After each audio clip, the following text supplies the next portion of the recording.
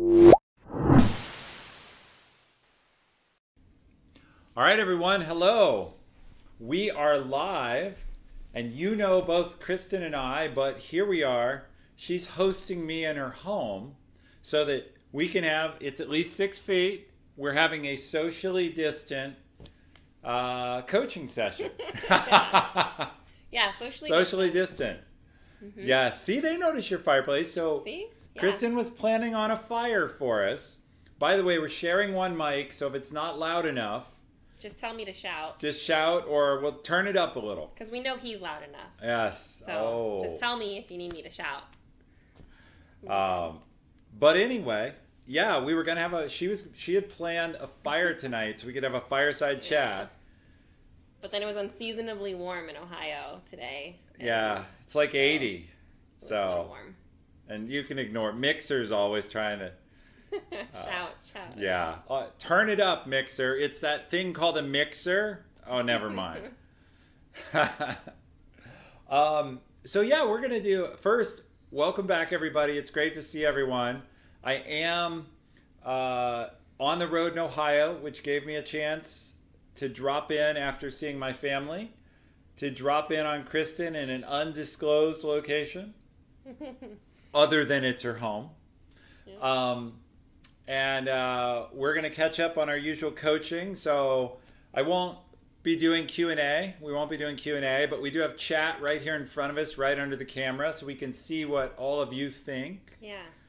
And you normally don't look at chat, right? It distracts. I have now, yeah. You have? You've gotten used to it? I've gotten more comfortable with it, and it's actually, like I mentioned this before, but it's improved my ability to facilitate online meetings, which we all know we're all doing these days. And so I've been able to kind of help get people more involved in meetings and engaged via chat because of getting used to using chat here. So it's been kind of nice. Oh, so awesome. Mixer is begging for your skills here. You know, you can start with just spanking him gently for Twitch trolling. So, anyway, and we have to thank. You gave him the whole 10 minutes. That's harsh. Well, we'll welcome you back in 10 minutes, Mixer.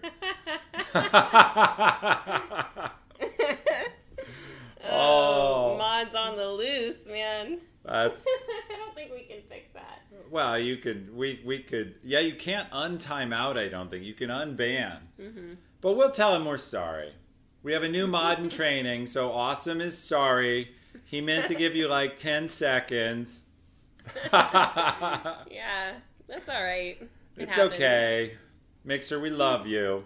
Just don't ask me to say your name. Don't ask me to shout out your friend's birthday. Because Shadow Fox is here, and she'd give you more than 600 seconds. Shadow's pretty fierce, so yeah. Props yeah. There. All right. Well, sometime when you're out, we'll have to do we'll have to get Shadow Fox up. Yeah, that would be fun. There's a West Coast reunion tour possible. But we have tons to talk about tonight, so we'll do a little bit longer show than usual. And then in a few days, I'll be flying home, and I'll be doing a birthday show. So the next show will be on my birthday. Last year we did a fundraiser on my birthday. Yeah, I see Awesome's arguing for the Midwest reunion. That could happen too, Awesome. Yeah. Depends on how mobile you are. There may be an RV trip through the neighborhood coming up. November or something. Yeah, November. So if that happens, I'll be passing maybe south of Chicago. House tour with. I'll drive to Ohio, so I'll take that. You come here. And it's not that, it's only about 3.5 hours from Chicago to Columbus, I think. No, it's a little more than that. It's a little more? Yeah, I think it might be like, I don't know, maybe 5 Cincinnati hours. is 5, but I guess it's the angle. Mm-hmm. Well, anyway. Midwest geography. Google will reveal all.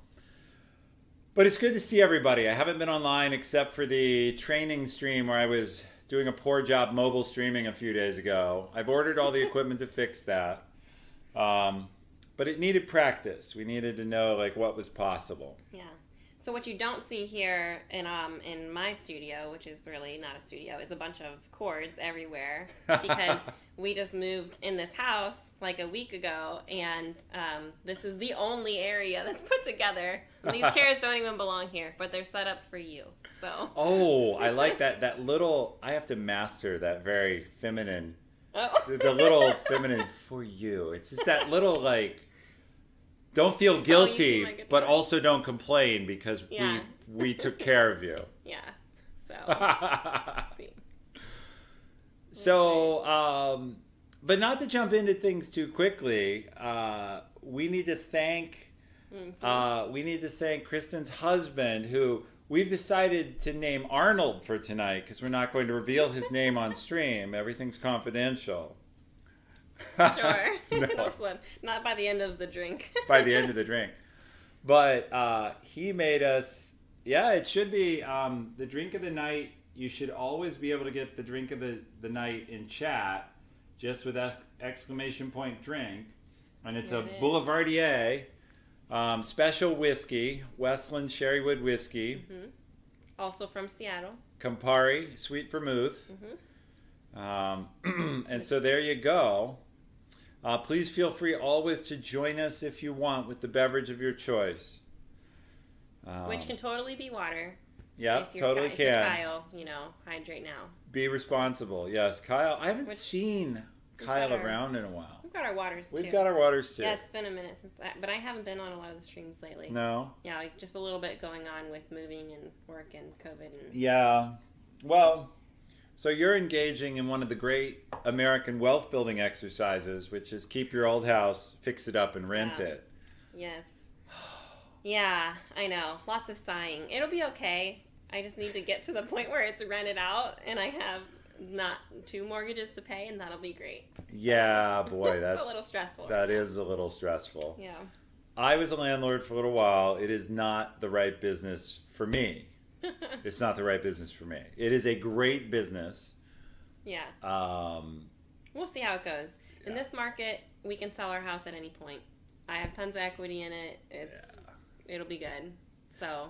And Playerts is here, actually. I met Playerts. Playerts is another Ohioan. We won't reveal his undisclosed location. He can if he wants, or not if he doesn't. But Playerts, I will just say, is another Ohioan, and he and I and my wife, who's winging her way home on a flight to Seattle right now, we met up and had coffee this afternoon. So I got to meet him for the first time in person. So it has been so awesome. If you come to Ohio for the reunion tour, we could have quite the gathering of the clans. Yeah, because I was just doing a guy's resume from near Cincinnati too. Yeah, I think there's a handful. It's tough. Ohio's a tough job market. In what way?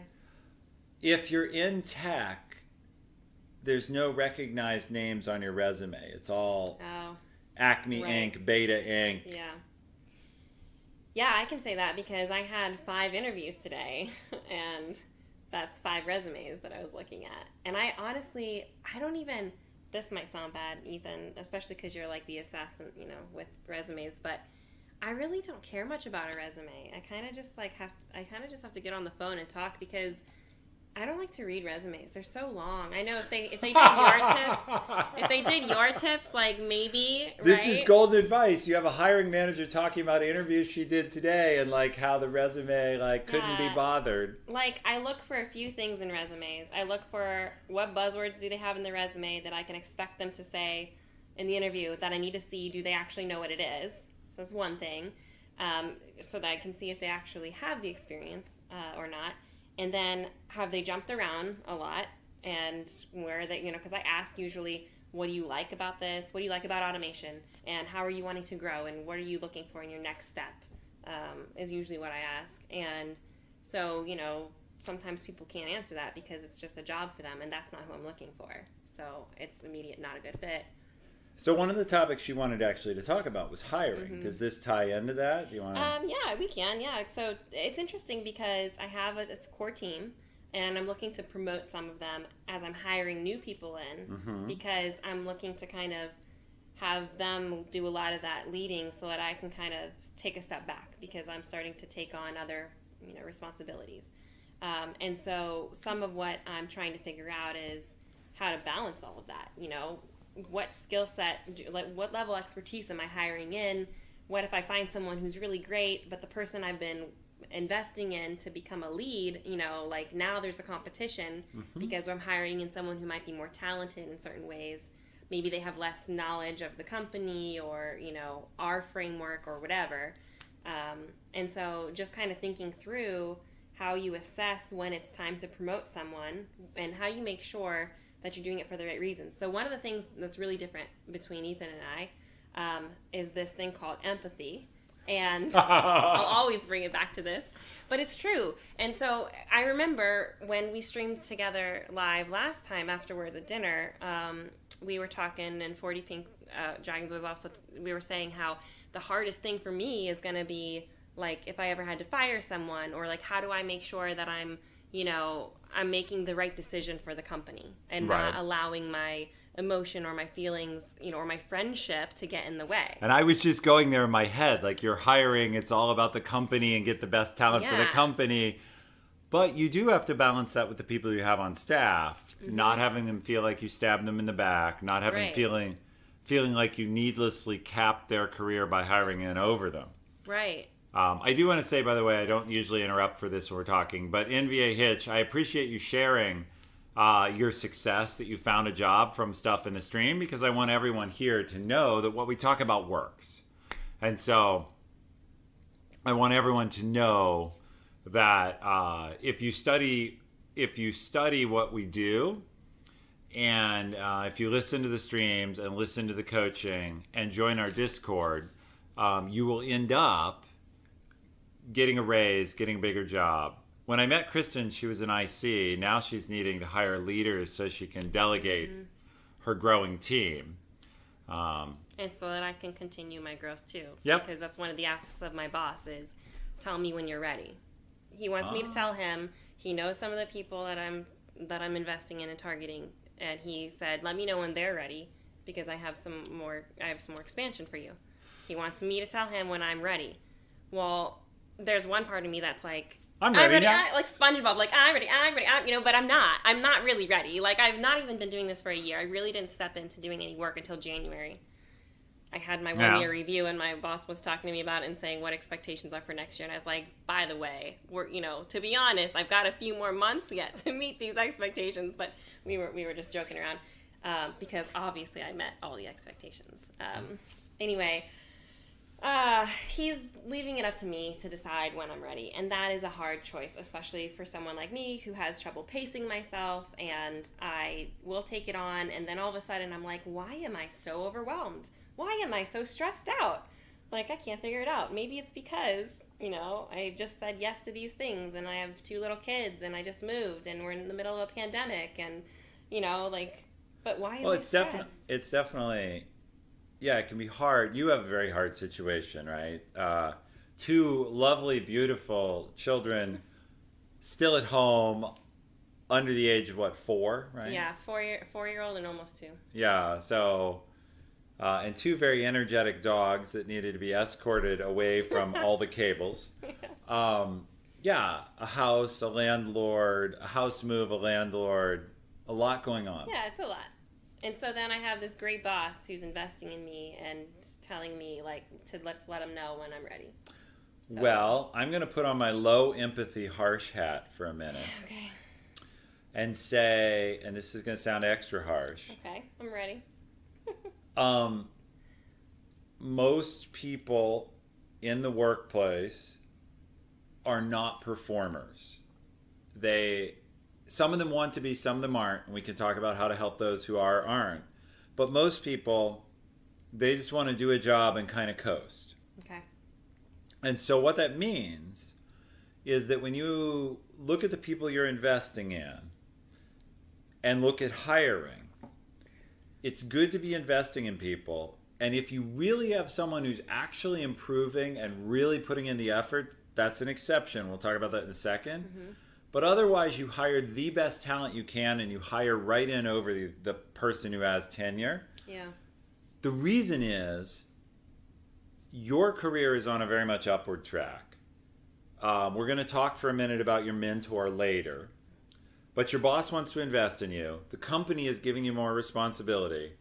You're in a good place. You have a mentor, not me. I mean, you have an internal mentor.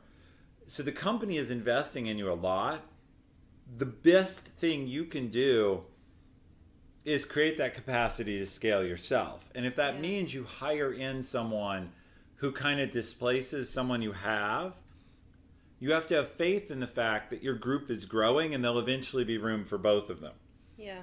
But if you get too much into, I can only hire in at the bottom and everyone has to come in below the people I have, those people will reach their growth limit, and their growth limit could be their capability or it could be their interest, their motivation. But then that holds you back. And it's not about you being selfish, though that's a great motivation. It's about the fact that the company is looking for you to step up. And here's a harsh reality, which is, while every member of your team is incredibly valuable, your company is looking for you for the results. And so this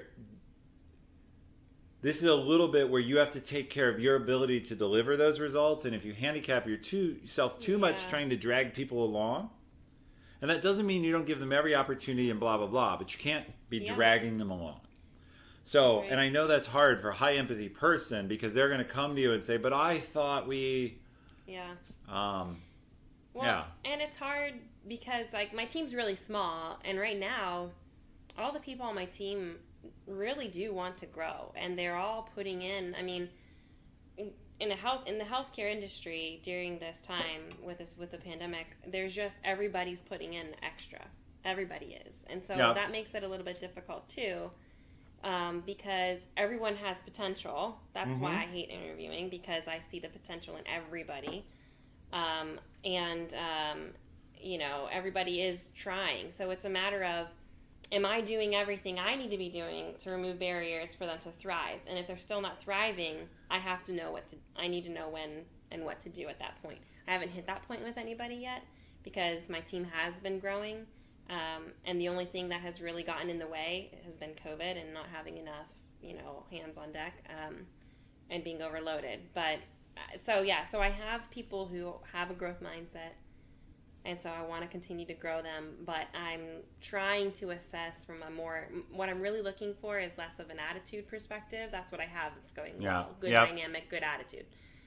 And that makes sense because that's where my focus usually lies, right?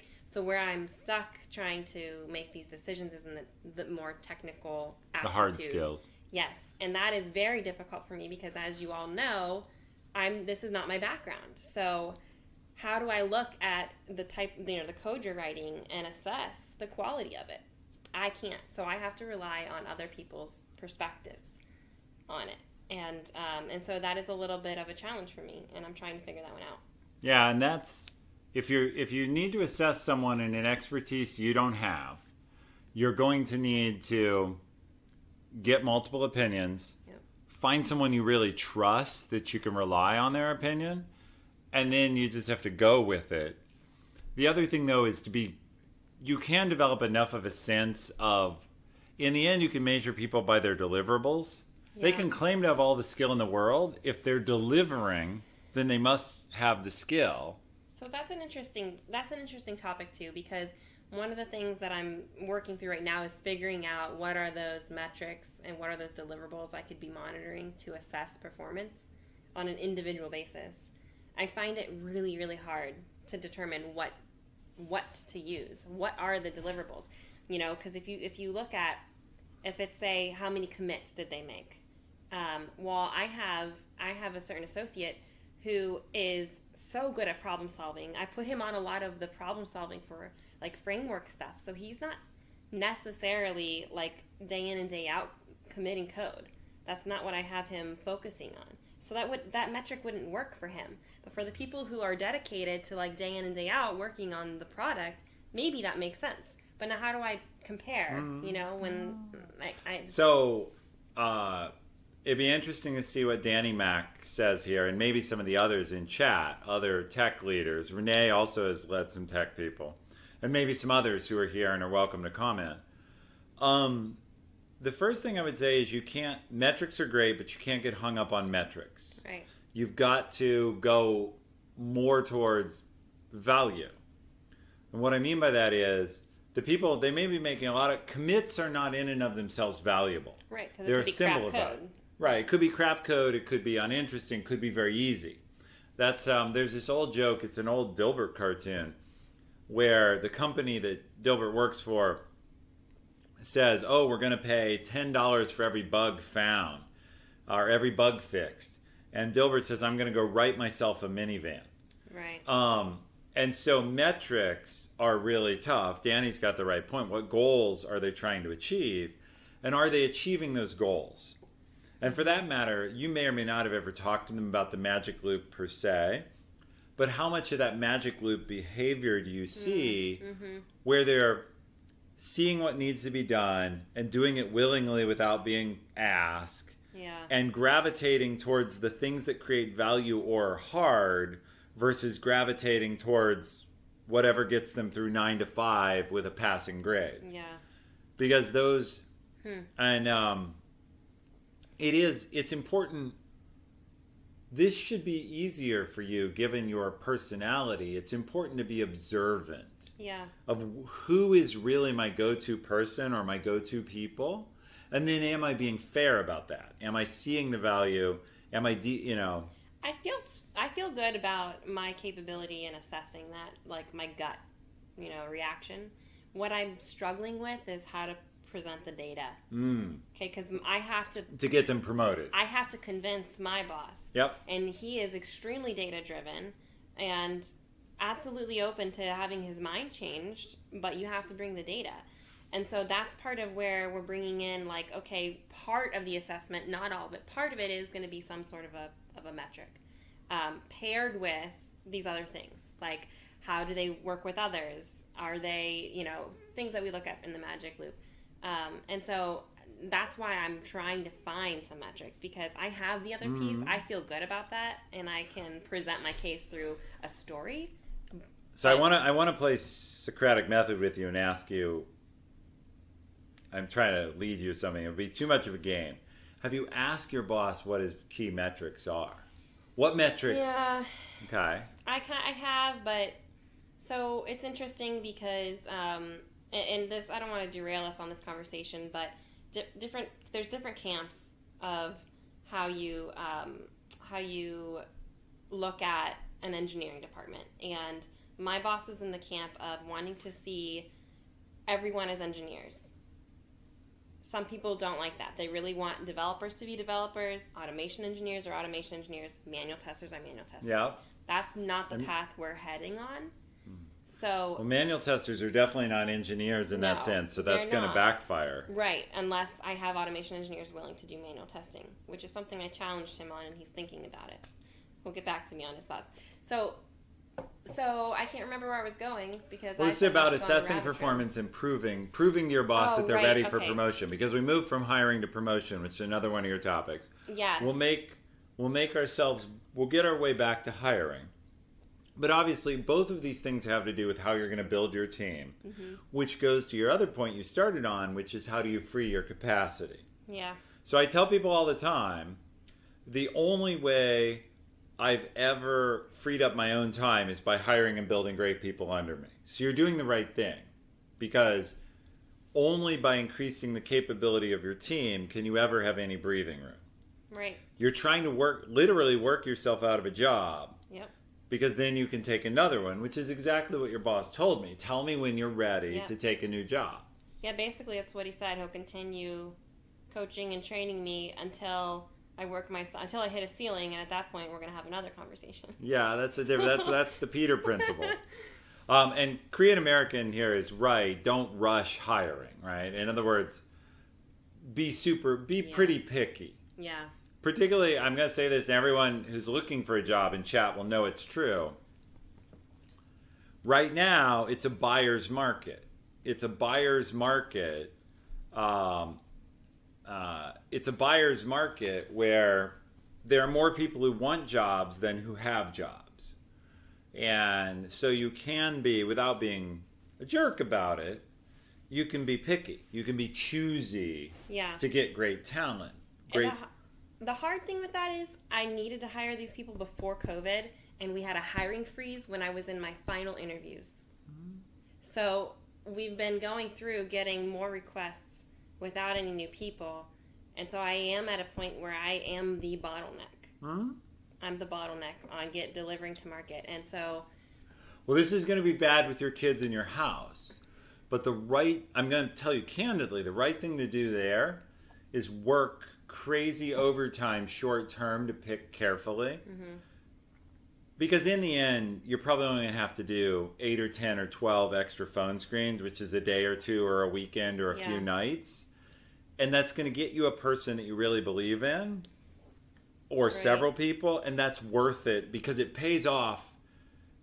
Hopefully, it seems like this job's going great for you, so you probably hope to work with this boss and this team and these people for at least a couple years, maybe longer.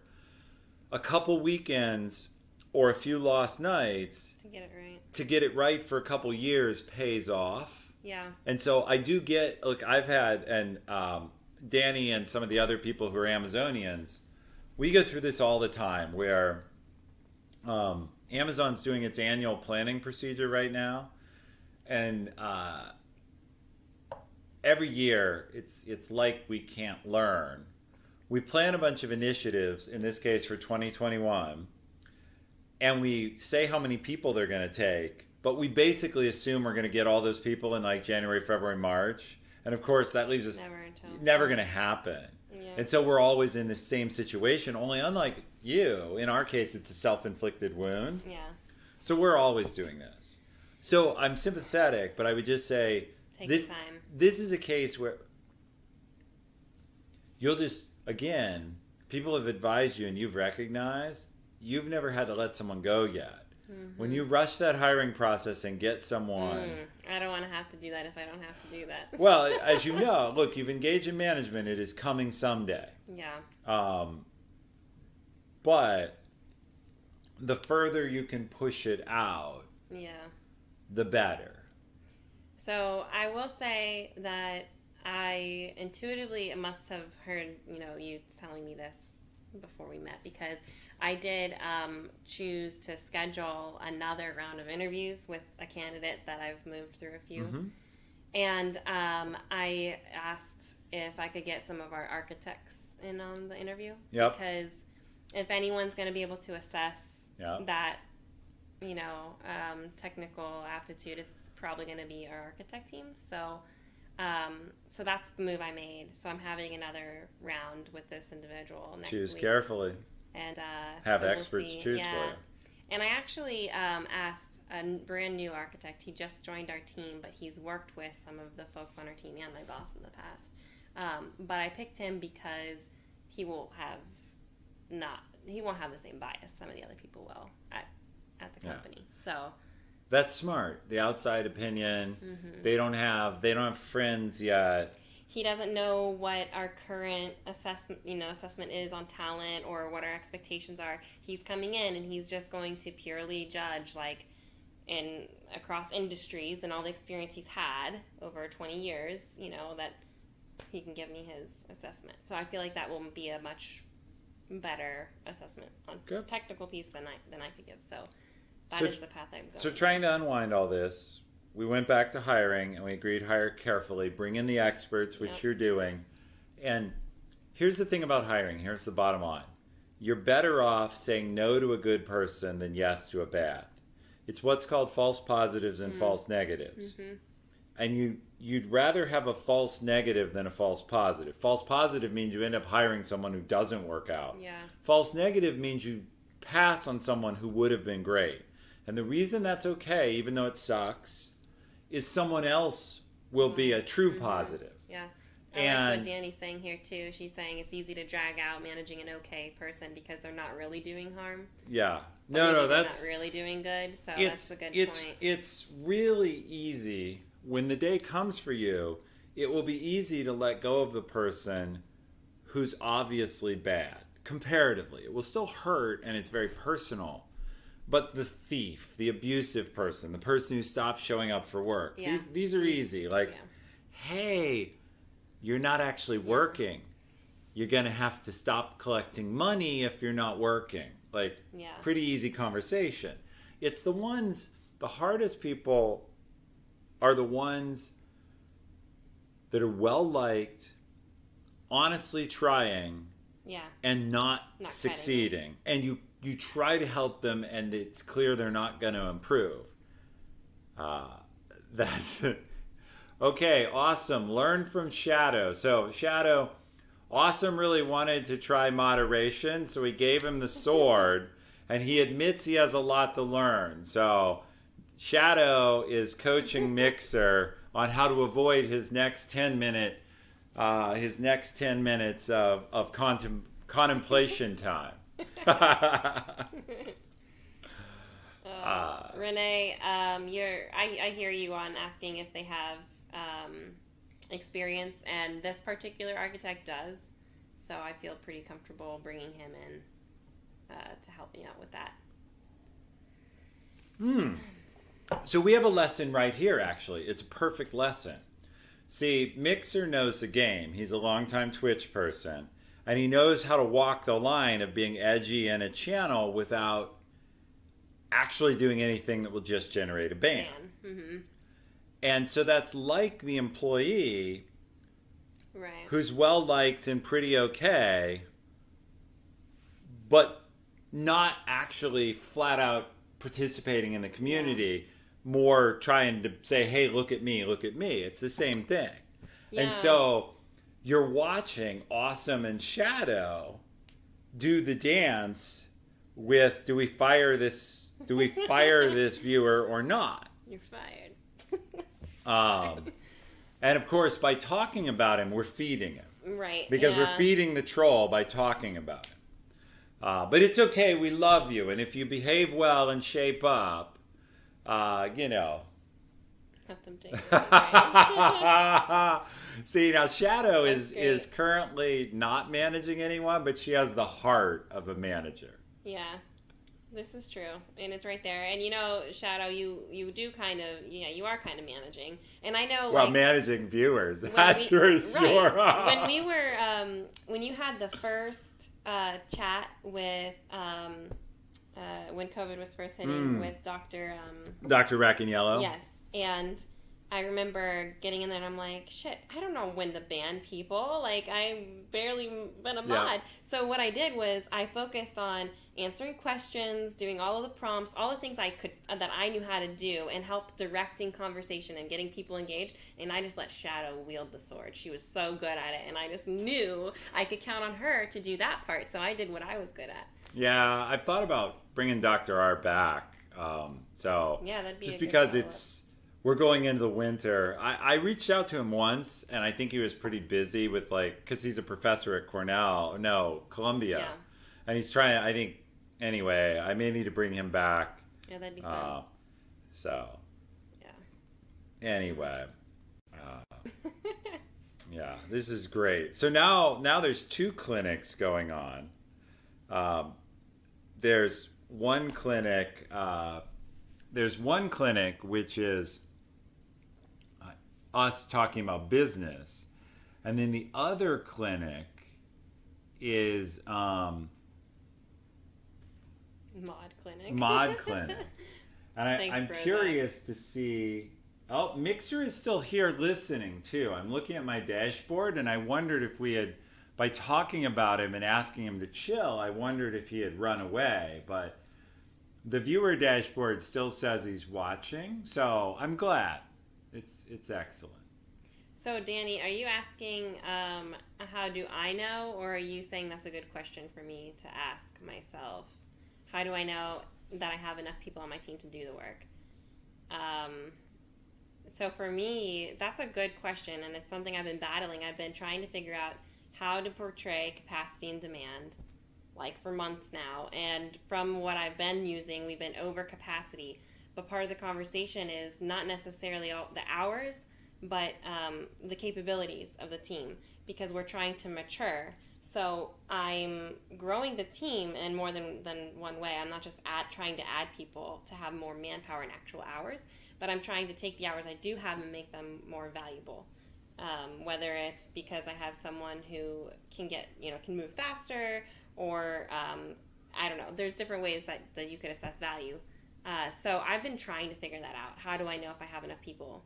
And the thing is that no matter how many people I hire, like the demand is going to keep growing. I think it's just how work is, right? Like no matter how much time you give it, it's always going to end up filling it up. Totally. And so I kind of feel like it's the same there. So what I'm trying to do is I'm trying to make sure that the work we're working on is the highest priority, is going to have the greatest value. And that gives me that empowers me to say no, or to say wait when it's more appropriate, and to push back on some of the requests. Or for me to say, we are doing everything possible and I literally cannot do any more work unless you give me budget for another person.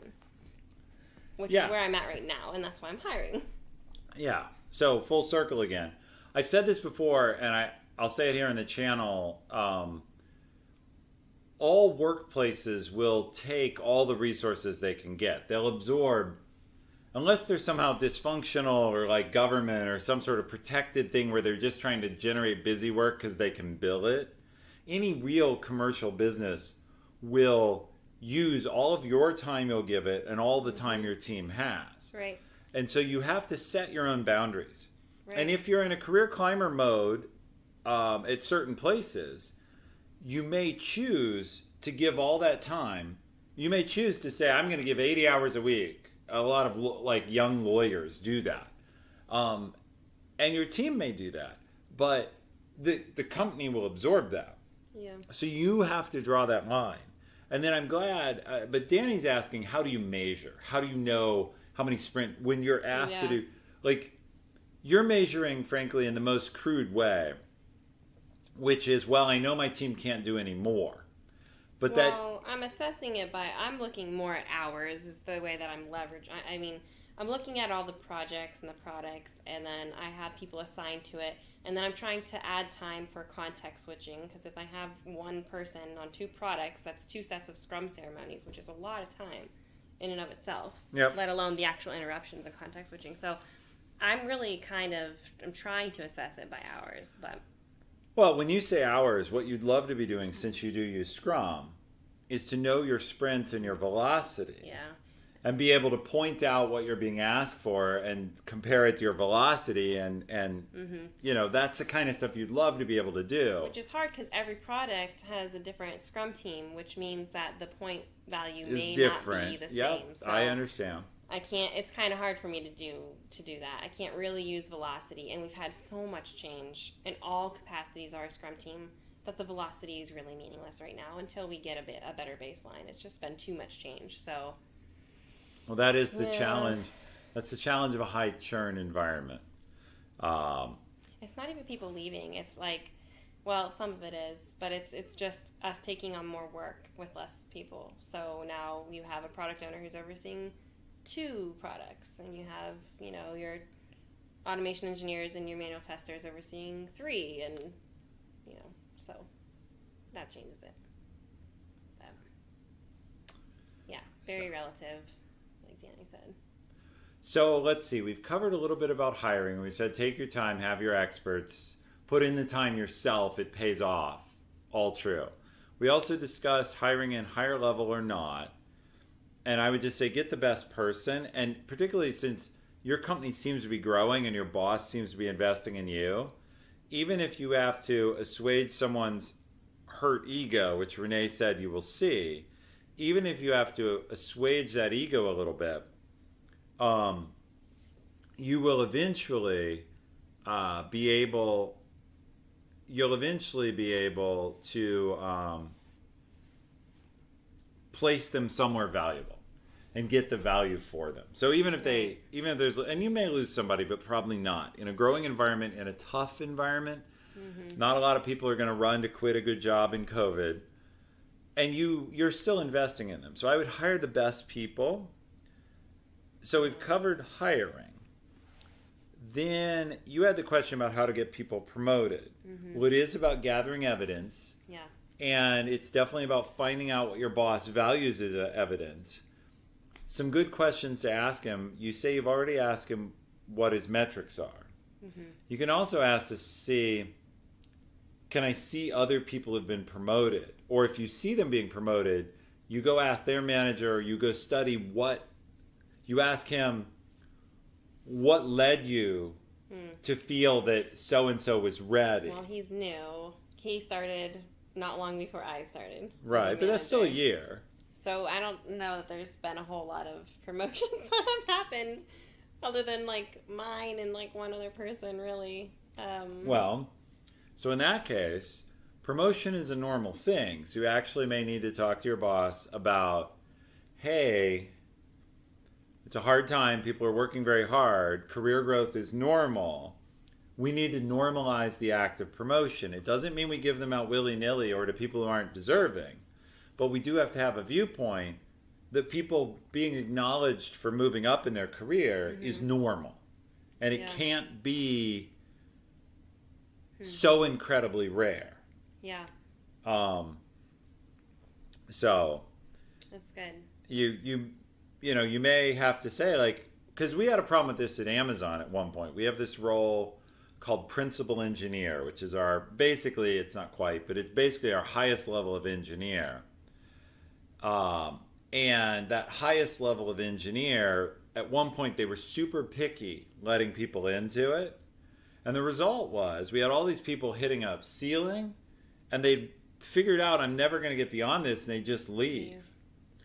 And which, by the way, we don't have to use the views prompt anymore, right? Because I was like feeling the urge to type like bang views. Yeah. But I don't think I have to now, right? No, I changed it. If you put in exclamation point views, which a mod or somebody can do, it no longer says like Ethan's views are his own and don't represent Amazon and Twitch. I have to see what it says now. I'm curious. There it is. Oh. Now that I'm gainfully unemployed, my views are completely my own.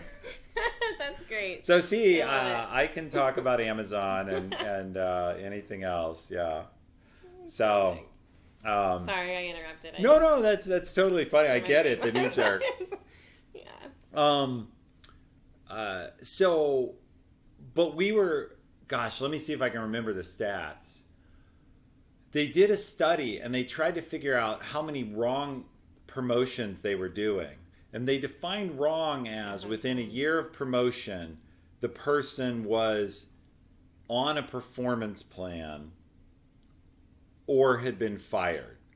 So basically we promote you, and then within a year of promotion, we either have you on a PIP or we're firing you. They're like, okay, that's an error. So performance plan was like if you're not meeting performance? Like Yeah. Performance plans, performance improvement plan. Yeah. So, the result was, they figured out that in the last year, we had, this is several years ago, we had one flawed promotion, which I think represented either 1% or 2% of all people promoted. Conversely, when we looked at people we had hired, 11% of them were bad hires because within a year they were. So the point was we were having way worse results hiring. So how do you determine that it was a bad hire in terms of like the candidate that you brought in versus a bad manager that the candidate left? Yep. So the honest answer to that is we didn't.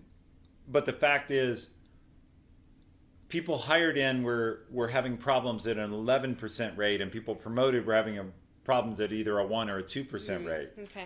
Which clearly indicates the discussion that came out of it at the leadership level was, well, we don't necessarily love an 11% rate, but 1% is way too conservative because we knew we were losing people.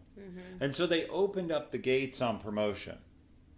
And the point was, you might as well reward your internal people as opposed to having external people come in. So when you're trying to improve the overall quality and the expectation of what. So like, we have this team. I'm a new manager. My boss is new. So we're coming in and we're saying we think that we can, and this might sound bad, we think we can get more out of the people that we have. Yep. Who's here that can give us more, can tap into their strengths, can enjoy doing what they're doing if we get them in the right opportunity. Yep. So that's kind of where we're going. We're trying to figure out who has that desire, who has that growth mindset. And so in assessing that, looking at promotions, how do you balance? Do you just make smaller promotions so that it's less drastic, because overall you think that collectively as a team we can do better, and we want to up the bar of the expectations, but at the same time we want to create an atmosphere where promotions are normal. So how do you do that? Do you just make smaller promotions like available so it's less of a jump as you're trying to like reset expectations, because you have to kind of, these people need recalibrated. A lot of these people have been here for years. Yeah. So this is tough. Recalibrating a team is tough. Part of it is about setting new expectations, like, frankly, being a little bit harsh and saying, I know it was different in the past, but the past is the past and this is now. And being clear, like, I know you may have been here 12 years and what you've done has always been excellent, but this is now 2020 and it's a new time, and here's what good enough looks like now, and you're going to need to do that. Part of it is also inspiring people. So that's a little bit the stick. Mm-hmm. If you want to recalibrate, you find the people who really want to be there. So I will tell a story real quick. Years ago, pre-Amazon, I was hired into a company, and a few of those people watch the channel, but it's a long time ago. The people, I was hired in to basically clean up a struggling engineering department. And what I had to do was quickly sort out the people into those who wanted to play ball and those who didn't. Mm-hmm. That's kind of where we're at right now. And to be really honest, using a word we talked about earlier, I had to move on the people who didn't want to be there. Mm-hmm. And I had to reward, even if it was a little premature, some of the ones who wanted to be there and wanted to play ball. And so I took well, God, I remember having a discussion with this one guy. I won't name his name. I don't want to like libel or slander lawsuit, but well, now you got our attention. Yeah. Well, I had a discussion with him. I said his first name, I won't use either. We'll call him James. His first name was James. And I talked to James, and I said, I see you always miss your dates. And he said, well, frankly, I've never seen any way to make dates except work a lot of overtime. And I don't really want to do that. And I'm like, so you don't want to work overtime and you're not going to make your dates. You ought to figure out if you belong here. Like really, and he quit within a few days. So within, say, 2 to 3 weeks of getting there, I'd gotten rid of this guy who'd been there a while and was he was a more senior, and so I had laid down the law. But then there was someone else who really wanted to do good work, and she was stepping up, and so you reward her. Now, I don't think I understood promotion as well, but I put her forward as like, Abby is our leader, is our architect, blah, blah, blah. She's going to be the designer, and I didn't understand really the idea of promotion in the same way, because startups are very informal. Yeah. But I gave her more visibility and responsibility and support. And so very quickly, everyone else on the team could see, here's one guy who got shown the door, and here's one woman who's getting shown support. And the guy that exited was a more senior, you said. Yeah. And people took, like, in resetting a culture, that was... Oh, I think that's where we're at, unfortunately, and that is hard. Fortunately, I don't think it's going to be anyone on my team that's going to have to be some of those first people to set that tone. But I do think there's a few folks that's going to happen. I mean, Production, we have an empty glass. Production, empty glass. Empty glass on table 1, empty... We told my husband we would just shout production if we needed anything. It's okay. I don't need it yet. We'll take over. Ethan said we could do this Devon style, which no does not mean we're going to stream for 4 hours because I don't think I can get away with that. But we could just walk away and get more drinks. Yeah, it's the kitchen's right there. Yeah. He's got a name. It's Arnold. Oh, Arnold, now, yeah. Arnold gets no. Arnold, you earn a name in this household. We're having a higher standards discussion, Yeah. and Arnold is a code name. Mm-hmm. But anyway. So I think we're at that point where we're kind of like... Well, it's make examples. Yeah. But my point is you make examples both ways. Okay. And so to your point, sense. I would say honestly, promoting someone who's good a little bit early versus promoting them a little bit, would be a better example. Yeah, it's better. And it's, remember, if you lean into someone who's working hard, look at yourself. Let's be candid. You were promoted early. Even you feel that. Mm-hmm. But what have you done? You've busted your ass. You've gotten me as a coach. You stepped out and came. For those who don't know Kristin's history, which is most of you, Kristin had never been on Twitch. Arnold is the Twitch user.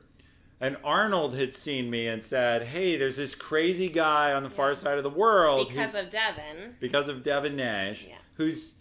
He's asking who will come on stream and bare their souls in public and be coached in public. Actually, he didn't even bring me that opportunity. He just said, this guy's recommending these books, and he bought me some of the books that you recommended. Nice. And said, you should check him out, because he, answers questions in chat, and there's, at the time, not a ton of people, so you can actually, get your questions answered. Yeah, and so then I started watching it all of it, and I went to your website, and that's where I saw the opportunity, and I was like, think I need to do this. But she stepped forward to share her life in public, and we've built a relationship based on that. But the point is, you did all of that. And so you were promoted early, but that incentivized you. So you're looking, and you need your boss to be on board with looking. If you want to reset standards, you need to find someone on your technical team who in that way is like you. Yeah. That when you promote them, I already know who they are. You know intuitively. Mm-hmm. It's not the person who's going to put their feet up and be like, I'm an architect now. Yeah. Uh-huh. Oh, yeah.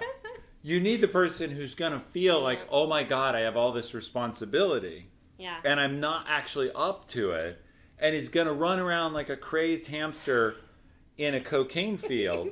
You're describing me for the last 10 months. Well, I just said we need mini you. Yeah.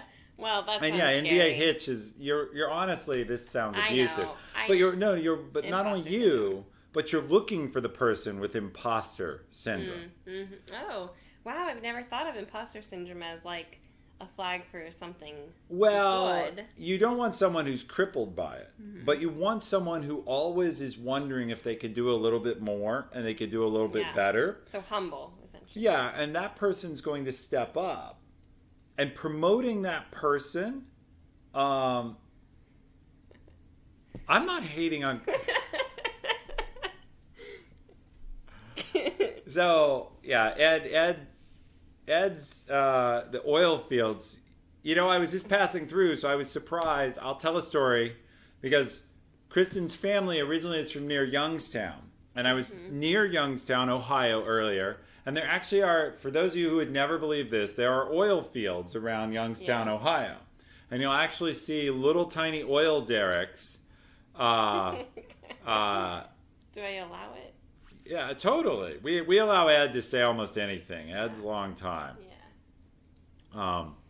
And so, the oil fields there, I don't know. That's hard work. Oil fields, mafia. There's some interesting things around Youngstown, Northeast Ohio. Youngstown, the Detroit of Ohio. Old steel mills, good photography shoots for everyone's senior pictures about 15 years ago. All right, can I talk about performance appraisals and measurement? Sure, that's a good question. I'll do it for just a second. Because this is relevant to you. This is very relevant. I just talked to my boss about this. The first thing is never surprise an employee. They should never get something in writing where they're like, I had no idea that was a problem. Absolutely. So you need to be talking to them. The best feedback is real time.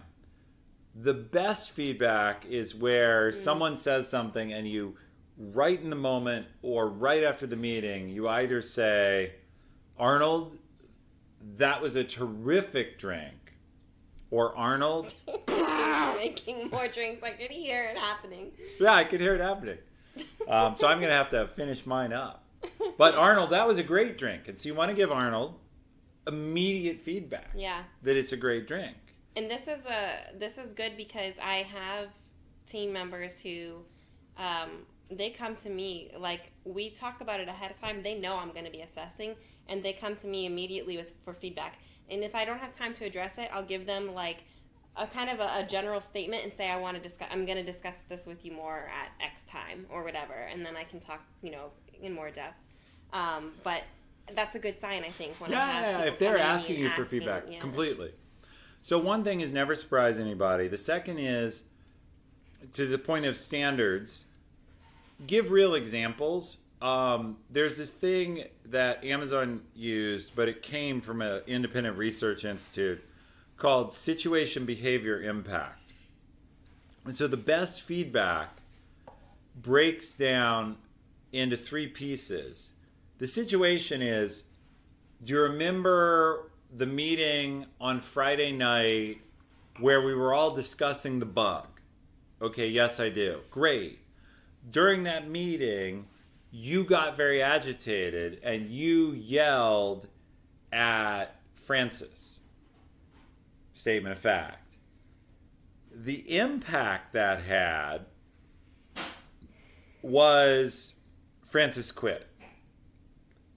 That's breaking it down into the 3 elements. And the point is, if it's a hard skills thing, it can be very concrete.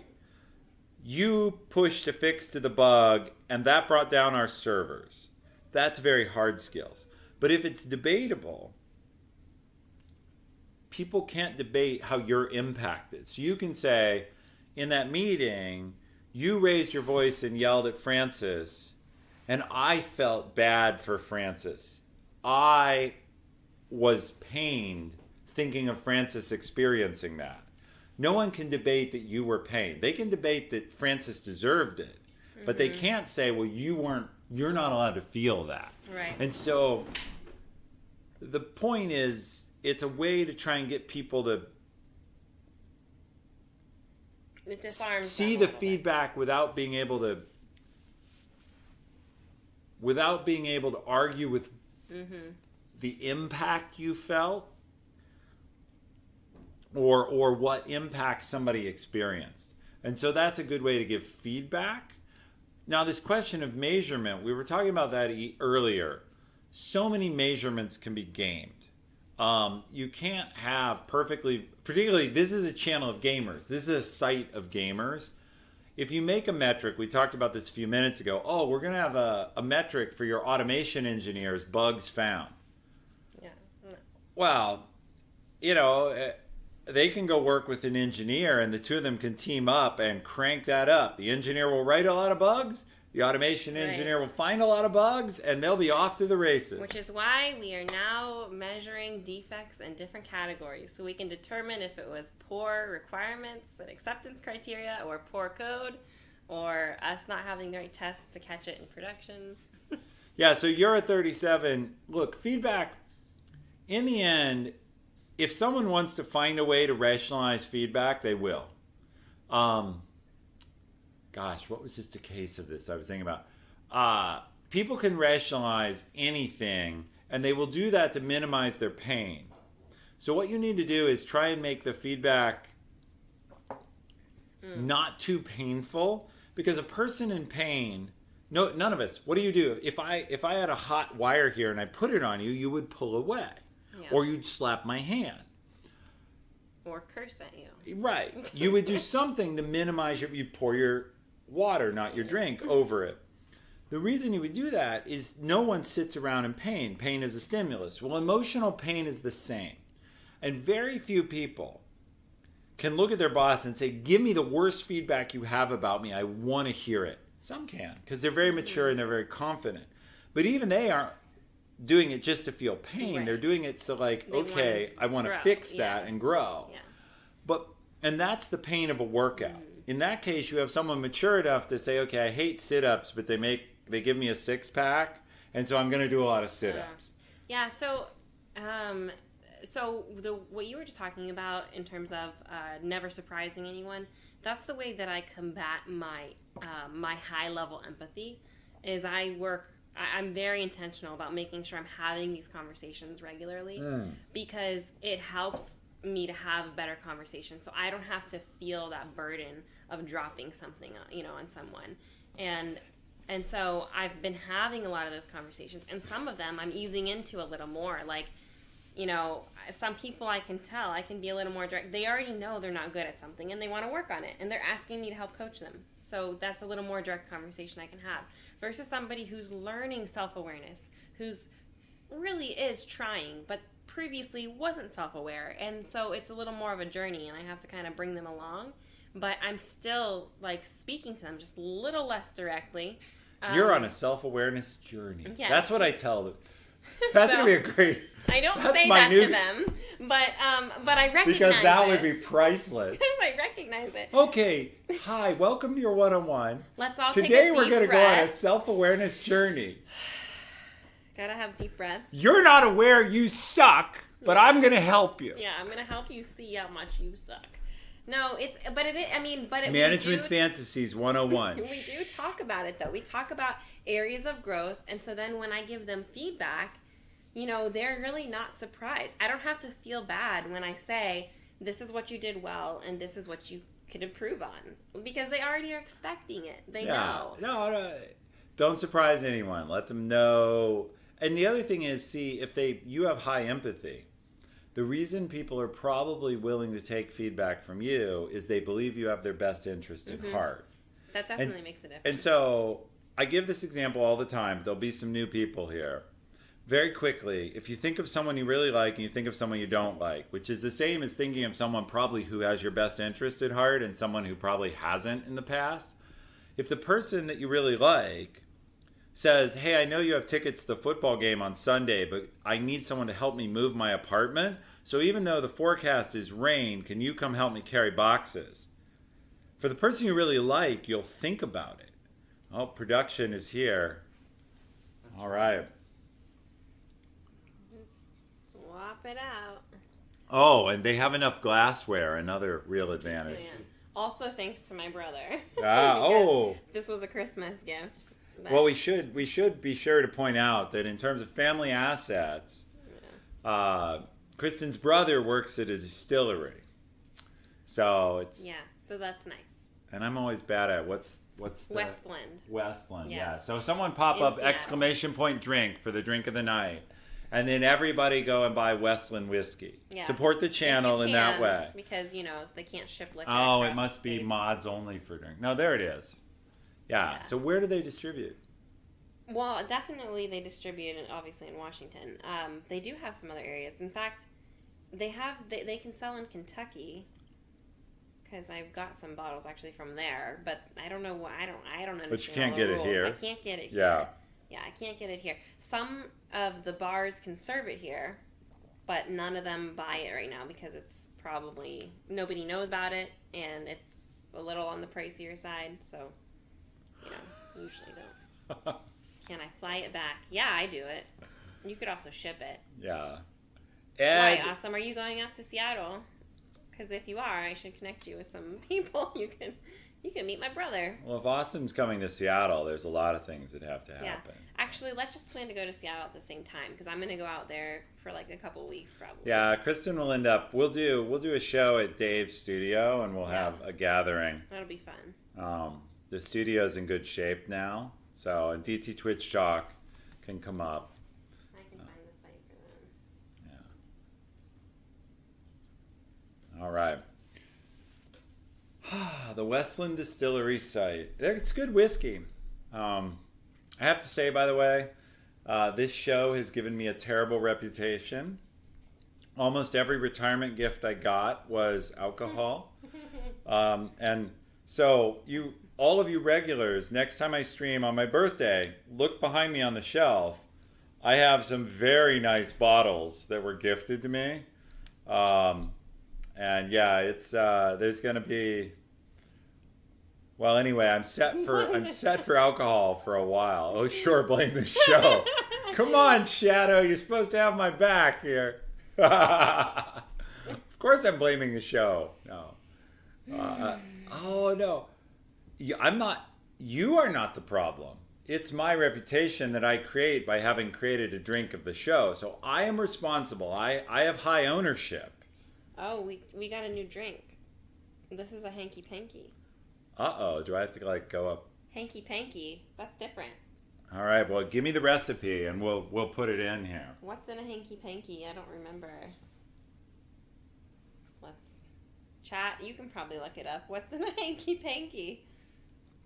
Oh, it's definitely different. It looks the same, but it's different. It looks a little lighter. I feel like it looks a little lighter. Is a hanky panky gin? It smells different. Okay, there it is. Gin, sweet vermouth, and Fernet Branca, which I saw on your show. Fernet is good. It's good stuff. Sean's just wrapping up his work day, probably. Drinking in a hanky panky. Welcome to the stream. Yeah, crossing of arms is a closed body behavior. That's correct. Who was crossing arms? I probably was. Was it you? No, Yeah. it was probably me when I they do were. it a lot too.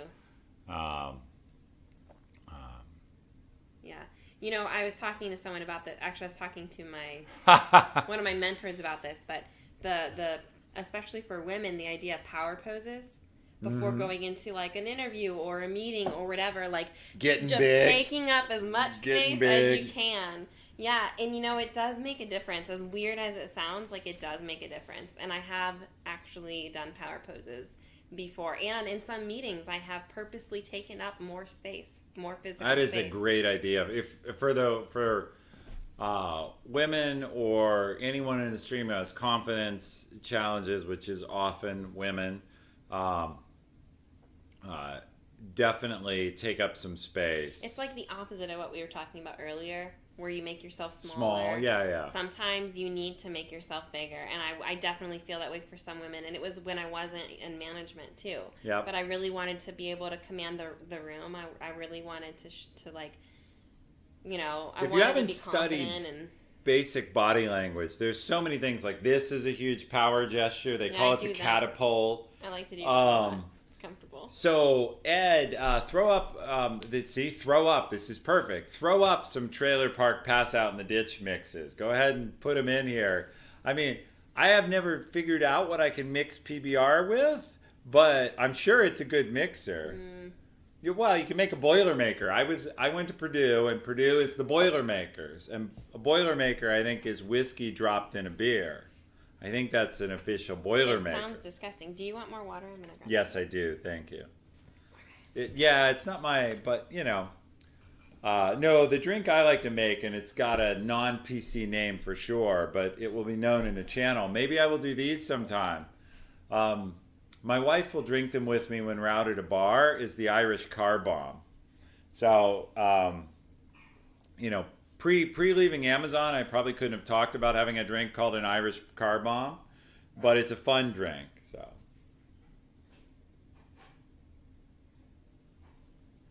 But anyway, reading a little bit about body language, there's this thing that closed arms is a defensive posture, and then there's actually something called the self-hug, where people like have a grip like this, and if you see someone in a self-hug, they're even more upset, like they're trying to comfort themselves, like they're giving themselves a hug, or if they're holding something defensively in front of them, like a pillow.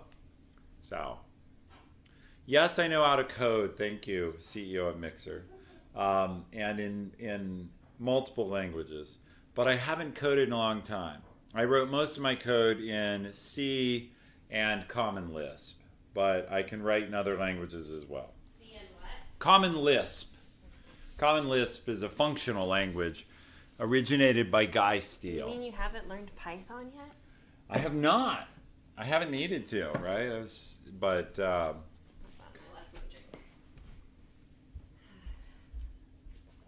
Hands. I more commonly see the self hug with hands on torso. Yeah. You know, I don't know if this is the same for men. I feel like maybe it wouldn't be. But some of those positions you were just describing, like I was sitting like with my leg up or whatever, like sometimes it's more about being self-conscious of your body. Totally. And I don't know if men feel that same way, but like I'm extremely self-conscious. I mean, I'm over here thinking like, should I put my shawl back on? Like, you know, just it's a constant state of, and so I feel like sometimes making myself smaller or putting something in front of me or whatever is less about my confidence level in, you know, the context of whatever the meeting is about or whatever, and it's more just about how comfortable in whatever I decided to wear that day. Like maybe I picked the wrong pair of pants that day and I'm just feeling really uncomfortable. You know, like there's just, you never know. No, well, because I grew up overweight, I have body consciousness for sure. Because even though I've lost a ton of weight, I have all this empty skin that makes it look like I have a pot gut no matter what I do. So I'm always like, oh, do I look fat? Do I need it? Yeah. So I have... And I just haven't exercised in a really long time. And so, you know, there's that. But, yeah, how tall are you? 6 foot? Well, we shouldn't feed the troll. So we'll just say I'm 6 feet and move on. I wasn't really looking at who said it. Yeah, it's a question I would happily answer, but we're feeding. So we gotta, you know, we need a way to rename. See, CEO of Mixer, if you don't want to be the Twitch. The rights and lefts of body language? I don't know what that is. The rights and lefts, do you know? I don't. Sorry, not sure, Racer Rec.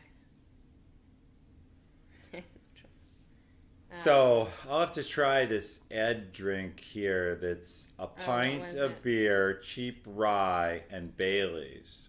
We like Bailey's in our house. But with beer. Yikes. I don't know. Ed's pretty hardcore, I'm thinking.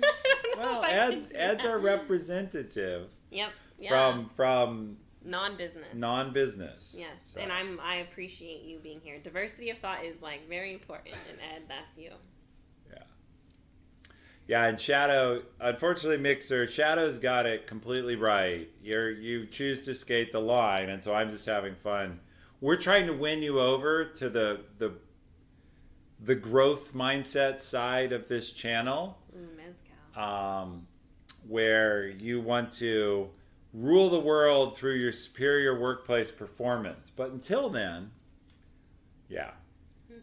All right, what else should we talk about? Yeah, what else was on my list? I feel like there was something else. There were two or three other topics. Yeah, let's look at them and see, because I don't remember. Yep. My short-term memory is kind of not so much. It's gotten to shit. So like I call it mom brain, but I don't actually know. It might be many different things. All right.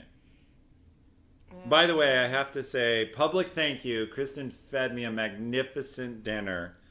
It had both hot peppers, which is, and then we had shepherd's pie, which is a wonderful comfort food dish. Yes, lots of vegetables. It's okay, like the topics. way I like my vegetables, yeah. We have leading groups. We have executive presence. We talked about promotion. We talked about hiring. We didn't talk about, let's just briefly touch on, and then we'll go to one of these others. You said you met with your mentor. So one of the pieces of homework Kristin had was she was offered a VP mentor.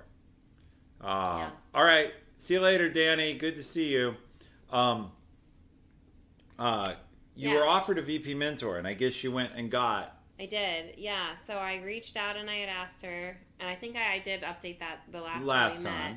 Yeah. And so we've been meeting around probably about once a month, give or take a week or two. And so she's the VP of marketing, and so I think that the recommendation for her as my mentor was twofold. One, to find a woman who has advanced quickly in her career, because that's part of what I'm doing. So getting somebody who's had maybe some similar experiences. And then the other is having somebody outside of my department who works with my department, but will have a very different perspective. And what that also affords me is an opportunity to share out what we're doing with somebody else in the organization, to either get buy-in, to get exposure, to get feedback, all of those things, which is really good because then it helps, it helps me in pursuing what our vision is for the department. So, so one of the things I talked with her about was executive presence. I was asking her about it. I was like, cool, I have back-to-back mentorship meetings. Yesterday was with her, today's with you. Someone inside the organization, somebody outside the organization. And so I am being scheduled to meet in front of our all of the different VPs of IT, IS is us, in November. And so I was talking about it with her because, as you know, I sometimes get intimidated with speaking to what I'm overseeing because of that same reason. It's partially the imposter syndrome, partially because I can communicate really well on anything that I feel like I understand, but I don't understand all of this stuff. So I probably understand more than I give myself credit for at this point. But going in front of a bunch of leadership and sharing what our vision is and why it's valuable and why I need their partnership, it's exciting and it's also intimidating because I know I'm going to have to be prepared to answer questions. And I don't want to, misrepresent, and I don't want to poorly represent the team or my boss.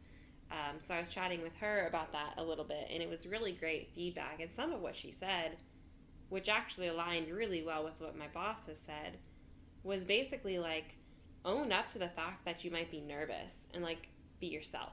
Because if you tell someone, if I'm stumbling over my words, please know it's because this is really important to me and I really want to communicate well so that you can understand your role in this, and just being able to just be transparent, be myself.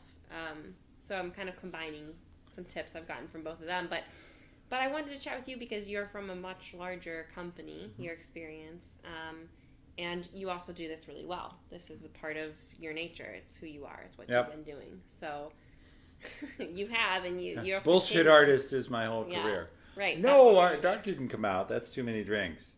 Damn you, Arnold. So it is. Why did I say that? Why did I say bullshit artist my whole career?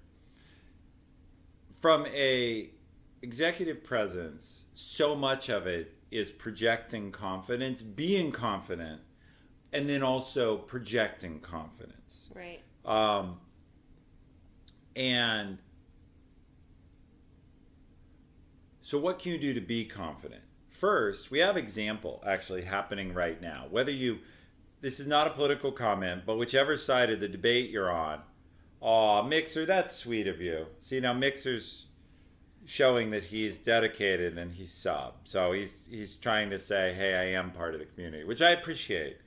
And it's a second month, so he's sub before. So I will stop calling you a troll until you say something else that I think is trollish, and then I'll tell you why I think it's trollish. So thank you, sincerely. Good.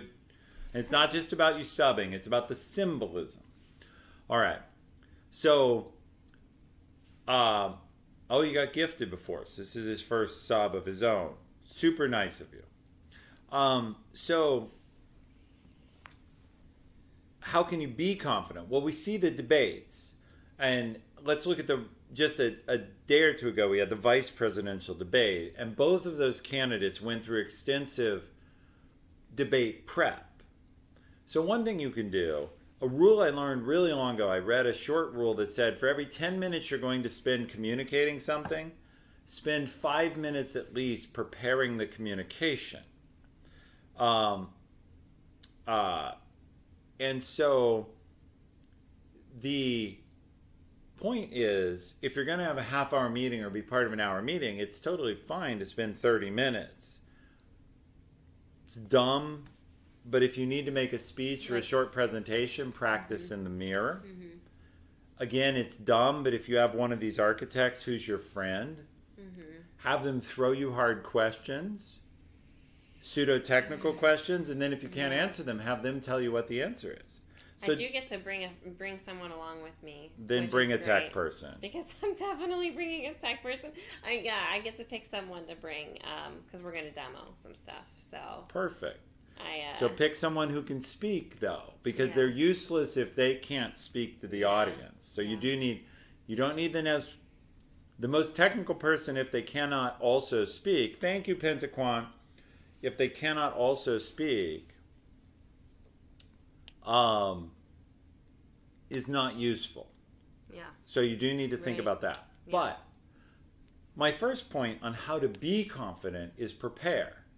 Now, I can speak confidently kind of on any topic at any time, which my wife tells me is a flaw. And I understand why, because I can sometimes speak confidently about stuff I don't really know. But you want to develop that confidence to speak confidently about what you do know, and that means being prepared. And at least feeling like, okay, I've prepared. Second, then you have to think about how do you project confidence. And that's about posture, eye contact.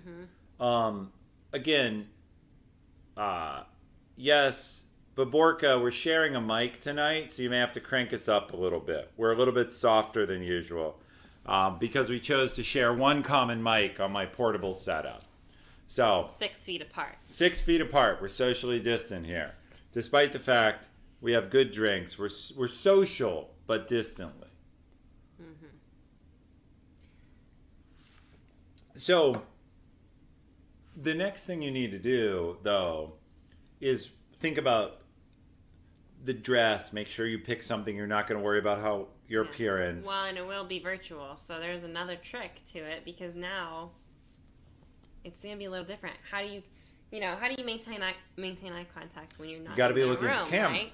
Yeah. At least be looking. So, don't be looking down. Don't be looking away. One of the things that my mentor said in the organization was, because of it being digital and not being able to be scanning the room, to make sure that you're making eye contact, is to call someone out and say, hey, this is part of why I need you, Ethan. Why you're so important in this mix is because without you, blah, blah, blah, like, where it feels natural. Yep. Name dropping to the people in the audience so that they are kind of forced to stay engaged. Yeah, that's correct. That's good. Your mentor gave you great advice, which is you have to figure out how to engage that audience. Yeah. So I have to do some homework because I don't know a whole lot about what some of these other people do. There are different parts of the organization or departments that I've not interfaced with very much. I am interfacing a little more, so I'm starting to get a better understanding, but I still don't feel super confident, so I need to do a little bit of homework, which is part of that preparing. Yep, that's a different type of prep. Not to be inauthentic or to try to force anything, but just because the way that I speak is I like to know my material so that I don't have to follow any sort of notes or anything. I don't do well with that. I trip myself up if I'm trying to follow a script of some sort. If I can just go for it, I'm much better. So I need to do my homework well enough that I can just operate off memory when I want to call somebody out. So that ties in, I think, with what you're saying. Makes sense. Yeah, it does. And so it is harder to be a confident presenter to a camera. You and I have been mostly talking to each other. The camera's here. If we were trying to actually present something, we'd want to have eyes on the camera as much as we could.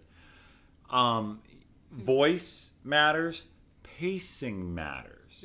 So one of the things that's helped me is I speak slowly.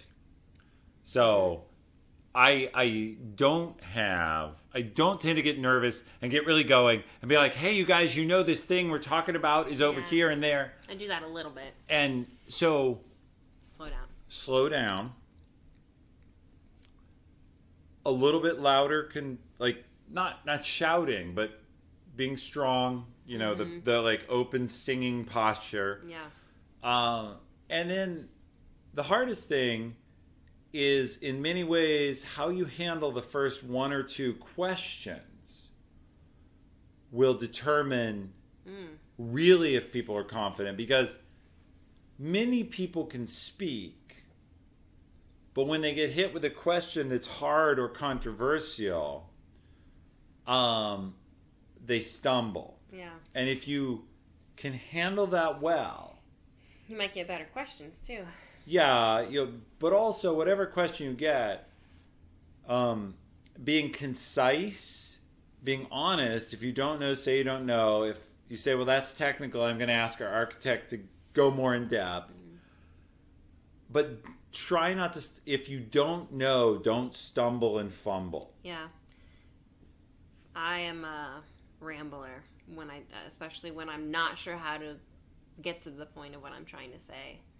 So, and we've talked about that even in our coaching. Yeah. And so take your box of periods with you. And if you can answer a question, yes, period, or no, period, that's great.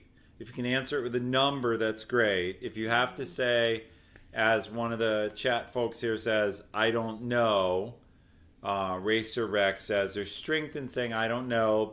But you don't just say I don't know. You say I don't know that, but I will follow up with you by tomorrow. And then do it. And then do it. Better well do it, yeah. But you get in and out. Yeah. Yeah. When speaking, being concise is very valuable. Yeah. And then a little bit, and this is old school, being James T. Kirk from original Star Trek. I don't know what that means. He was legendary for saying things dramatically with extremely long pauses. And just that cadence. Yeah. His was overdone. It was almost fake. Yeah.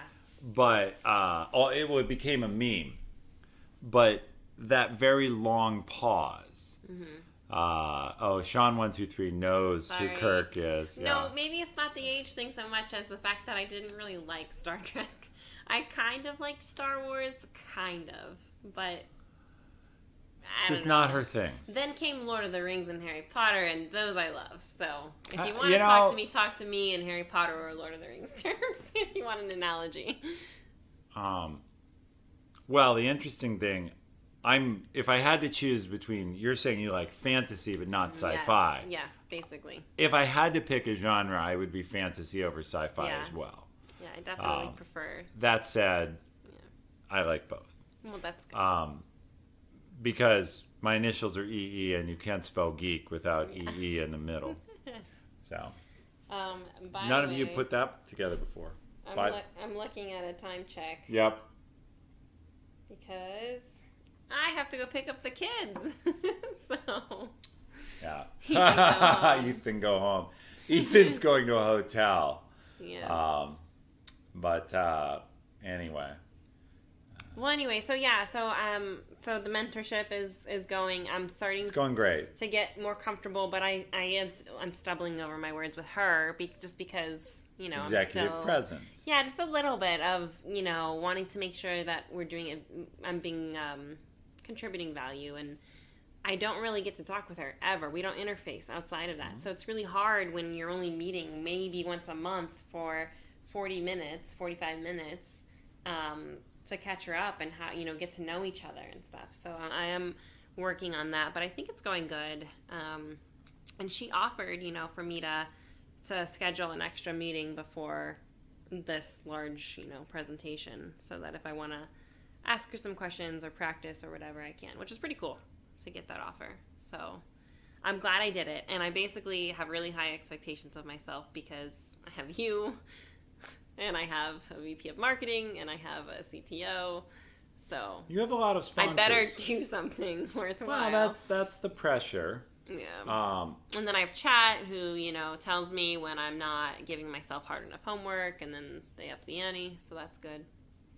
So Pentaquan has he's recommending a particular public speaking.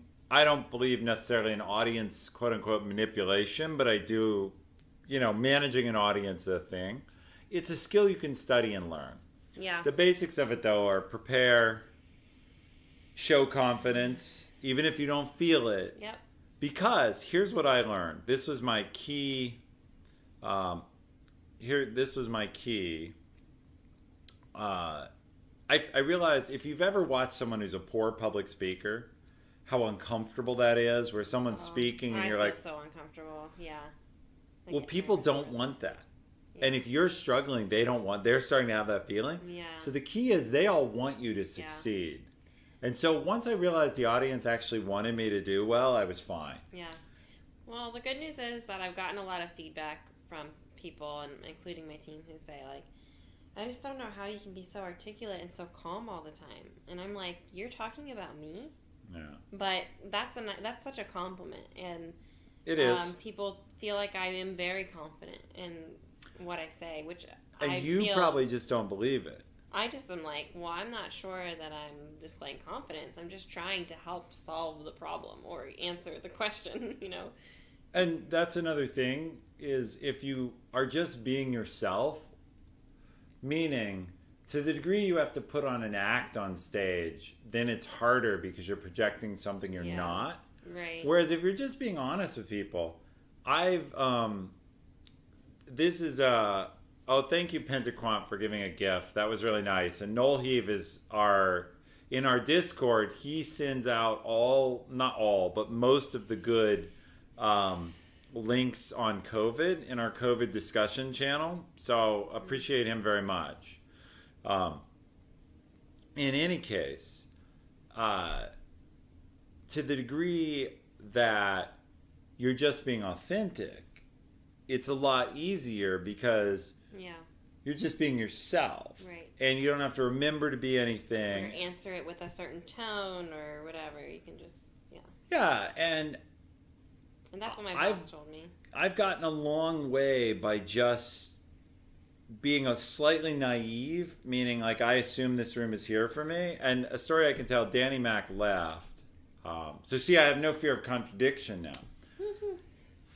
I've debated or surprised when I was at Amazon Jeff Bezos a couple times, but it was not, I wasn't trying to pick a fight with him.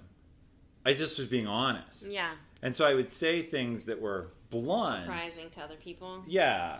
Because I was just, I guess I figured, what have you got to lose? Well, he puts on his pants one leg at a time because he hasn't invented levitation yet. And, just talk to him. And that worked really well. Yeah. And I totally, I recommend that as a tactic, which you just realize this person you're talking to, they're still human at the core. And yes, he does appreciate pushback. Yeah. Now, you better have your facts straight. If you push back and it's stupid, he's going to skewer you. But if you push back with some facts, he's curious and interested, right? He's actually interested in what's going on. So. Yeah, and I did that a little bit with my boss the other day. We were having a chat. I'll call it a chat. And I was disagreeing with him, and we were kind of going back and forth a bit. And at the end, because we had some other people on the call, he said to them, and I want you to know that the conversation Kristin and I just had is what I want from everybody. And I welcome which is tremendous leadership. So, so that was good. We came to an agreement, and I understand where he was coming from. It wasn't what I went in there to achieve. So I say I lost. He tells me I shouldn't say I lost. But someday I'm going to beat him in an argument, and I can't wait. It's going to be so fun. Wow. No, it was a good conversation. Yeah. It was really fun. I feel very comfortable with him. I've been able to be practicing this with him. And so now he wants me to start meeting with his peers. And he wants me to approach them the same way. Well, that's the thing. You have a sponsor. He's going to be working behind the scenes to say, I'm bringing in this manager who's going to present to you. They're going to be careful. This is the way politics works in real life. They're going to be careful, frankly. They know that if they take too many shots at you, they're going to hear from him. And whether it should be that way or not, people know the rules. And they know the rules that if someone else has spoken up for you, then they have to be somewhat on their best behavior. Yeah. And you just need to roll with that. If you can. You have to imbibe it and say, I can do this. So we did have one question here in chat. We'll wrap up on this because I know you have to go. Yeah, well, somebody asked, how is your mentorship? You were going to mentor somebody. Okay. Yeah, and so they ask, I see this I guess Maximus asks, has your experience in management Yeah. role been what you expected? Let's defer that, Maximus. Just because I want to answer this question, how is your, I ask you to mentor someone, or Yeah. you agreed to mentor someone. So we don't have to out that person. But we already have. Oh, we have? In the last Okay. stream. Yeah. Okay, well Yeah. then it doesn't matter. So awesome. Yeah, we've met a couple times, and probably not as often as we'd like to. Hey. But we've been chatting a little bit back and forth in Discord as well. And we're kind of looking at the idea of bringing your values into what you're doing in order to assess like the decisions that you need to make. And so Awesome's been kind of answering some questions for me around that, and then just sharing with me, how has that impacted the way he's viewing his experiences, and then jokingly, and yes, Awesome, I'm about to out you, and I already told Ethan that I am maybe going to become his dating coach because It's getting real now. Yeah. So, but yeah, Awesome's excessive in all that he does. In other words, he's not going to ever settle for anything in any part of his life, and I admire that about you. So we've been This stream just got real. Yeah, we've been having lots of conversations, and I don't know. You're welcome to speak up, Awesome. With what's going on there, I feel like I haven't really done a whole lot for you. I probably could up the ante a little bit, but So this is interesting. I'm actually going to do a couple live coaching streams with Awesome, but they're going to be very different, so they don't impinge anything, particularly on dating. Not my place to help. That would be interesting, though. That would be. See, yeah, I told you. Man, I wasn't lying. That shit's crazy. I don't know. So I'll tell a funny story. This will be super personal. And my wife, 40 Pink Dragons, who's a mod, is on a plane right now, so she'll hear this later. She candidly admits, my first date with her was Sunday afternoon. And That's was an interesting day and time. day and time. She candidly admits I was the third date of the weekend. Oh, wow. But she also says, this will be a signal to women I don't completely understand, that I was the only date she had her hair done for. Well, okay. So the other two were apparently filler, is how I take it. That's the best I can... That's great. Fireside chats. Yeah. Here we go. Talking about Tinder with the fireside chat. Yeah. So, but I don't know how you could do 15 to 20 dates in 5 weeks, Yeah. man. I guess Awesome's looking for a job. That's how. He's got the time. He's between roles. So I'm going to help him on the employment side. Great. And the reason I want to do that is he's a new college grad. And I think, it was Friday night, Saturday, and Sunday is what she did. But then she never saw, I blew those people away. And so they were gone. So anyway. Yeah. Oh, when we lean in, we're a bit more in focus. Okay. But good feedback. Okay, well that's good to know. But we're almost done, so we're gonna stay in soft focus right now. Yeah. So anyway, I would say it's going. I'm enjoying getting to know Awesome. I don't know if he's getting anything out of the relationship or not, other than somebody maybe challenging him on why he's going on so many dates. I don't know, but no, it's been fun. It's fun to just, it's exciting to be investing in someone that isn't necessarily like on your team or anything directly impacting you. It's very, it feels good. Well, the reason I wanted you to talk to Awesome is the two of you are so different. Yeah. So it's a stretch for you to coach, and it's a stretch for him to work with someone who's not naturally quantitative. Yep. Right? We have Pentaquant here in chat. He just showed up with the face palm. Pentaquant, who admits he's a quant, and Awesome are simpatico. And so having Pentaquant coach Awesome would be the same coaching the same. Right. It's a stretch for you and part of your growth.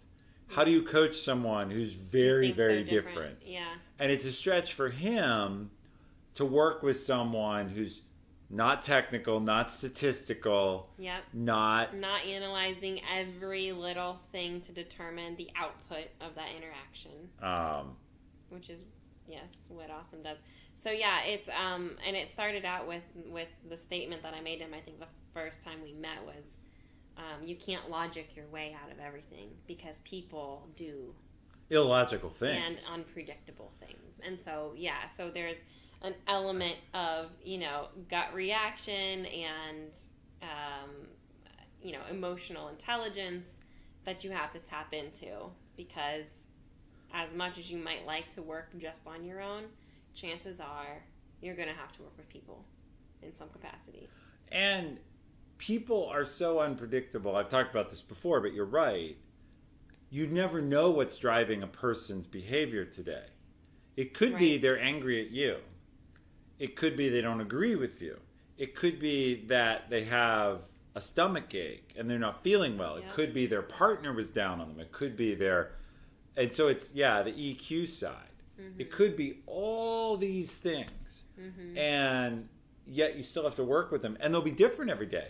That same person who ate a bad burrito for lunch and is so distracted in your one meeting may be totally dialed in the next, and then totally irrational the one after that. And so learning those things is super valuable. And Awesome has to deal with the fact, and see there, Ed G, I learned so much by dating women with rich parents in high school. See that? That's Ed. Ed is our, he is the voice of raw experience in our chat. Yeah, I like it. No analysis in a different way. Ed just lives, and that's what he said. Ed G lives. So he's like the dude abides. Yeah, that makes sense. Ed, are you drinking a White Russian? Just tell me. The dude abides. It feels very, very, so. Anyway, this has become a dating class for Awesome. So, Kristin is coaching Awesome. We could do a whole stream on Awesome's dating life, but we won't go there yet. Yeah. And so I guess we'll wrap up. Kristin and I will probably talk a little more, but she has to go pick up her kids. Yeah. And, and he likes them a lot, a White Russian. I knew it. and you totally walk around in your robe, which I think is great. So. Well, Ed lives an authentic life. He is in Canada, so it's an authentic cold life, but that's okay. And then what else? We've had a great talk. We'll follow up in a month. Case study notes. Awesome's doing some work, and he shared it with me, Pentaquant or something. Well, Awesome's so my biggest fear is that I slow Awesome down, because I'm like, dude, you can't always be logical. Maybe he's some prodigy, and I'm like telling him, well, you also need to consider people. Evan Blairart, thank you for the sub, and you're very much welcome. We get a lot of people where they want to get in life. There's been a lot of success stories shared recently in our chat, in our Discord for career success, and we've been super lucky. I'm going to do a stream, my next stream. It should be here if we do exclamation point next. It's going to be my birthday stream. So come on out, celebrate my birthday with me. I'll think of some special drink or some string of them. I'll be back with my chief mixologist and wife, 40 Pink Dragons. I haven't come up with a topic for the birthday stream yet. We'll come up with something. And I'm also going to be streaming on the 15th. I know we have a few people here from the EU. I'm going to be co-streaming with a streamer from Germany. So it'll be a morning stream, my time, so that I can be evening stream his time. And, I love I love Europe, and I'm so sad I can't go there for vacation right now. Hangover stream after your birthday. It could be. That's great. Yeah, it could be a hangover stream. Actually, so I will share a story just for fun. My in-laws, got me a cooking class, an in-house cooking class, where a chef comes to my house and helps me learn how to make the meal I want. And so for my birthday dinner after the stream, that's cool. We'll be cooking. But what's the meal you chose? Well, that's interesting. I thought, what don't I know how to make that seems really hard? And yeah, I see Awesome saying stream it. We might. That would be fun. The thing I don't have any idea how to make, and he knew how to make, was a Thai curry. Ooh, okay. And so I'm going to learn Thai curry, Thai beef salad, and then this doesn't fit with Thai, I admit, but because I love it, we're going to do molten chocolate cake. So dessert will be a molten chocolate cake. So definitely sounds like a good stream. Yeah, it would be a good stream. Yeah, we should do that. So, well, yeah, enough for the whole class. Thank you for coming to my home. You're so welcome. Thank you for hosting me. I feel like extremely privileged. I don't know if any of you feel that way or if you're wondering how I'm feeling. Yes, I feel extremely privileged. And I was asking Ethan earlier, like, how does it feel to have everyone you meet feel like they already know you because of all the streams he does and stuff? And so he'll be talking with me and I'm like, oh yeah, I remember you mentioned something. Like, I feel like I know him better than some of my own friends. But it's really great to have you here, and in person, I always enjoy it. It's a true pleasure. And I enjoy these streams. I enjoy hanging out with chat. It's so much fun for me. It's like... That's why I love doing this, is it's not work. Yeah, like some people... And look, if I had to stream all the time, it would be work. Mm-hmm. But hanging out, seeing Pentaquant here, Edgy Lives, all the people... I can't call them all out, but all the people who come every week or every whenever we stream, internet friends are real friends, they said. Yeah, exactly. I do. I have these warm, fuzzy feelings in my heart, and it's not the alcohol. When sometimes with certain people that I see all the time, like I feel that way about a number of regulars here. So. Well, the other thing that's cool, I have this reputation I'll talk about for a sec, and then I will let you go get your wonderful babies. I have this reputation with my wife and my stepkids through my wife of knowing someone everywhere in the world. Yeah, because we've traveled and I run into people. I'm like, oh, we should stop with my friend. And of course, you're part of that where I'm like, oh, I'm in Ohio. Kristin's there. I'm going to do a stream with her. Yeah. Oh, earlier, I don't know if he's still here. Playerts was here. And I'm like, I'm going to meet up with Playerts. Yeah. But now I have people inviting me to go bog walking in Estonia. Right. And that would be cool. There's another person who's like, I have a cabin. I live in Norway and I have a cabin in Norway. Everywhere. I do know people literally everywhere. All over the world. Yes. Yeah, that's awesome. And so, NBA Hitch thinks it's so annoying. Well, I am that annoying person. But it's so cool because as soon as we can travel again, obviously this community knows Liger. Liger's in Singapore. I coach this guy in Singapore. Miss Lager, yeah. Yeah. So. I haven't seen him in a while. Anyway. But yeah, that's awesome. So Whistler, that'd be cool. Edgy Lives. My brother and his wife go up to Whistler every year. Ed, do you ski? I thought you were in Eastern Canada. But I love Whistler. I just can't get there right now. My wife's younger brother lives in Vancouver, and we can't go see him, so it's a real bummer. But as soon as we can. All right, so we'll wrap it up. All right, yeah. Thanks, everybody. You've been great. Ed, I'll look at whatever you send back in chat, even if we're offline. Anyway, we're going to sign off, but I will see you hopefully all for my birthday stream. Thank you all for being here, and talk to you later.